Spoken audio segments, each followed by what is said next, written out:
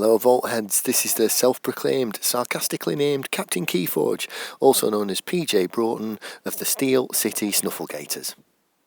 And here we are with the latest episode of Captain's Commpod. Welcome, thank you for joining me. We now find ourselves at the time of year where summer is all but over, and we can start to expect the return of crowds to stadiums for football, but not football as a European would call it. Obviously, I'm English, it's pretty clear from my accent and from my time, but not football, soccer, no, NFL football. American football, Gridiron is back this Thursday night. So today we are going to talk about one of the few things that the NFL and KeyForge have in common, and that is clock management, and how important clock management can actually be when it comes to competing in your game. So that is what we're going to talk about today. Okay, so first of all, to try and make the rules work in our favour, we need to understand the rules. Looking at you, Coach Belichick. So we'll go into those a little bit. So we'll begin with tournament regulations. These are tournament regulations version 1.0, which were effective according to Fantasy Flight Games from the 15th of November 2018, and as of September 2021 were the most up-to-date ones on Fantasy Flight Games website. Okay, so in competitive play, games have a time limit, and according to the tournament regulations, Archon has the following time limits: Swiss and single elimination single game rounds 35 minutes, final single elimination single game rounds 50 minutes, Swiss and single elimination best of 3 rounds except the final 90 minutes each. Okay, and then a best of 3 round final on single elimination is 120 minutes. Okay, so there are a few different things there. You need to know whether you're playing single game rounds, best of 1 or best of 3, and then you know what you're talking about. Okay, that's Archon. There's also a different time limit for sealed as well. Okay, so the sealed time limits are as followed. So Swiss and single elimination single game rounds 45 minutes, so sealed events get 10 minutes more than standard Archon events do. Then final single elimination single game rounds, so if you ever get lucky enough to get to a final, can't say I ever have, but I'm sure one or two of my listeners out there have, then it is a 60-minute round. Swiss and single elimination best of 3 rounds are 100 minutes each in sealed. Okay, and the final round, where it's best of 3 single elimination in a sealed environment, would be a 125-minute game. Now these are the time limits to find a winner, and there will be quite a few games where a winner is found within that time limit. Okay, I've won and lost plenty of games within time, more than I've played that have gone to time. However, games do go to time. Okay, it is a fact that they do. Right, okay, so where a game goes to time, when time is called for the round, the player who is currently taking their turn finishes their turn. If that player does not achieve victory by the end of their turn, in brackets, pause, which is only possible with a key cheat, or if you forge at the start of your turn, but again your opponent's going to know, then their opponent must take at least one more turn. So if you don't forge and win at the start of your turn and you haven't got a key cheat, your opponent then gets another turn. If neither player has achieved victory, in brackets, forged 3 keys at the end of their opponent's last turn, they must follow the steps below in order to determine who receives a win for the current game. That player's opponent receives a loss for the game if a single elimination round or best of 3 match ends and only one player has a game win for the match. The player wins the match instead. Okay, so this is the procedure for a game going to time. First tiebreaker. Each player who has 6 or more amber forges 1 key, removing 6 amber from their pool as usual. Card effects that affect amber cost have no effect during this step. Bye bye, Eddie. You've got an Eddie down with 10 cards in your archive. It's dead now. It's not dead, but its effect is useless. So you both forge 4/6 if able. The player with the most keys forge is then the winner. So if one of you now has more keys than the other person, that person wins. Then the player with the most remaining amber in their pool is the winner. Okay? So again, you've got more amber than your opponent, you win.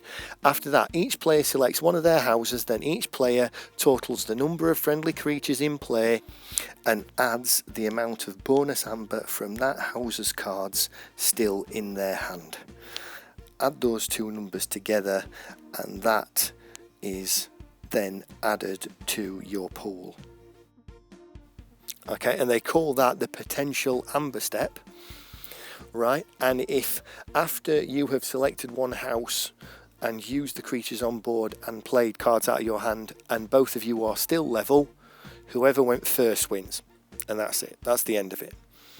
So that's how you win or lose when a game goes to time.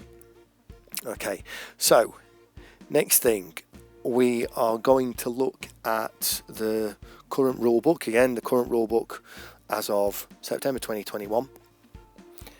Because when your turn ends is very important in all this.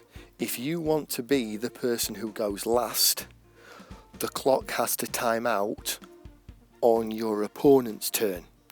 So there are steps to your turn. 1, the forge a key step. 2, the choose a house step. 3, the play, discard or use card step. 4, the ready card step. 5, the draw card step, and then after step 5, another little step which is not numbered, the end of turn effects trigger. So we're going to focus on 4, 5, okay? Because the most important ones of these are your turn has not ended while any of your cards are exhausted. You need to ready all of your cards. If that buzzer goes while any of your cards are on their side, now the clock is over and now your opponent gets a turn and you don't. The same with your hand. If you haven't readied all your cards and drawn up to the correct hand size, yet again, the clock ends on you and your opponent gets to end the turn with them being the final player. Okay, and lastly, you also need to be aware of the end of turn effects triggering, because again, if there's a card in play that says at the end of your turn this happens and you haven't done it, your turn has not ended. Okay, so we need to be aware of that. So after all of that, well, why, Captain KeyForge, do you think this is so important? Because whoever goes last has a massive advantage. Okay, I can't describe how massive I think that advantage is. You will know whether or not your game has a good chance of going to time. Every game I've played that's gone to time, I've had a very, very positive inkling that it was going to go to time before it happened. Again, you know, if you've been playing 30 minutes and there's 5 minutes left and you're 1 key each, there's a very good chance that it's going to go to time this game. Okay? So you need to be preparing for it, because, as I say, I've played more games that have not gone to time than I've played games that have gone to time. But being the person who goes last often in the time game is who wins. Not who's played best, not just who goes last. Because it makes such a massive difference the way the rules are now. In my very first tournament, I played 4 games, 2 of them went to time. Now, to be fair, it was my first tournament, and it was in the days of Kota only. Okay, I won 1 of them, and I lost 1 of them. The one I won, I was the guy who went last, and literally it's like, right, I just play 1 card, boom, I've won. That's it. Because we were both backward and forth for checking for our 3rd and final key. He got to check. Right, there you go, now you're off check. and I've got enough to forge a key, game over, I win. That's how simple it was. I played a game, UK National Championship, that went to time. Again, for the past 3 or 4 turns, we've both been, I'm on check for my final key. No, you're not. I'm on check for my final key. Back and forth, back and forth. The clock timed out on me, went to my opponent, too much to protect, I've won the game. That's literally it. Just play too much to protect, bang, I've won the game. Because we both forge our 3rd key, but I've got more ammo than you, sorted. That simple. A lot of the time, when it goes to time, going last is what will win you the game or not win you the game. Now, I could make another podcast, to be honest, about whether or not I agree with the timeout rules and what I would change about them and why. Because I comfortably could speak for 15 minutes about what I would change regarding the rules, why I would change it and why I think that's fairer. But the bottom line is, it doesn't matter. Because while I appreciate you listening to my podcast and therefore hearing my opinion and being willing to hear it, actually, to be fair, my opinion matters very little on this subject. The rules are the rules. So it doesn't really matter what my opinion is, it matters what the rules are. So the rules are, if the buzzer goes when I'm playing, my opponent gets to have another go. And if the buzzer goes when my opponent is playing, I get to have another go. So I think it's very important that you do some of the following things. So, wear a watch with a timer. Set the timer off at the start of the round for the duration of the round. You will see me do this whenever I'm playing in a tournament. And it doesn't matter which Fantasy Flight game I'm playing when I do it. I came from another FFG game and I always used to do it in that game. And I still to this day do it with KeyForge. I have the timer on my watch literally set to 35 minutes. Right now, today, it's set to 35 minutes because I play KeyForge more than anything else.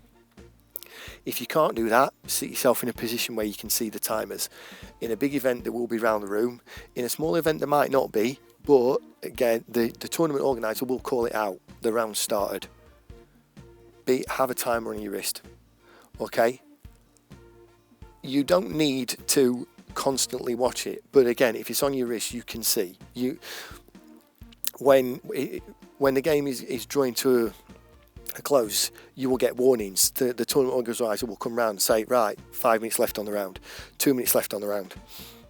When this happens, you need to be very aware of play, okay? I would even consider playing one card just to take my opponent off check and then handing the turn back to them just to get it so that I had the last turn if I thought that was possible. I am not advocating cheating. I'm not advocating slow play. I'm not advocating playing out your entire turn and then using 60 seconds to rotate one card. Because that would be slow play, that would be cheating, and if they can get the judge over quick enough, you're going to get a warning for it.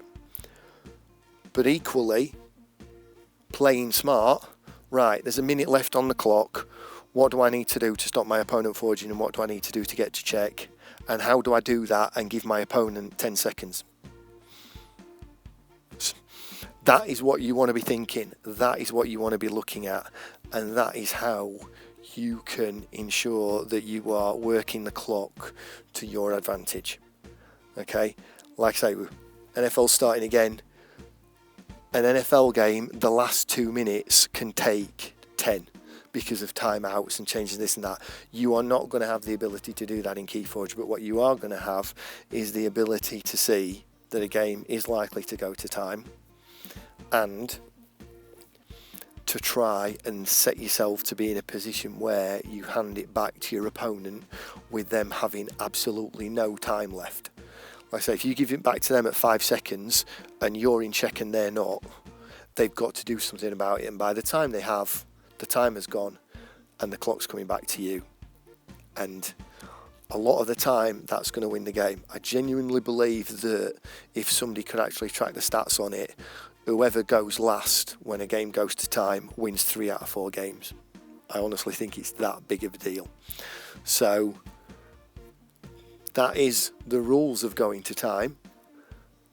That is the timing chart, and that is why I think it's important to try and ensure that you are the player who goes last, and the only fair and legitimate ways where you can actually try and ensure that when the clock goes, it's on your opponent and you get to go last.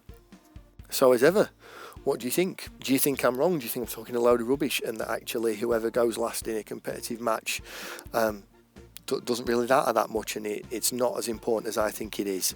I'd love to hear stories about where you've won because you've gone last, where you've won and it didn't matter. Tell me why you agree, why I'm wrong. Love to hear it. As ever, you can get in touch through email, through Twitter, through Facebook. You can comment, you can follow or subscribe. If you like my content and you'd like to see more deck openings on stream or things like that, or giveaways, please feel free to support me through Patreon. I would very much appreciate it. As ever, thank you for staying with me through to the end of another Captain's Commpod. I appreciate it. If you are an NFL fan, enjoy the weekend, because I will be watching with you and enjoying it. And as ever, may the Forge be with you.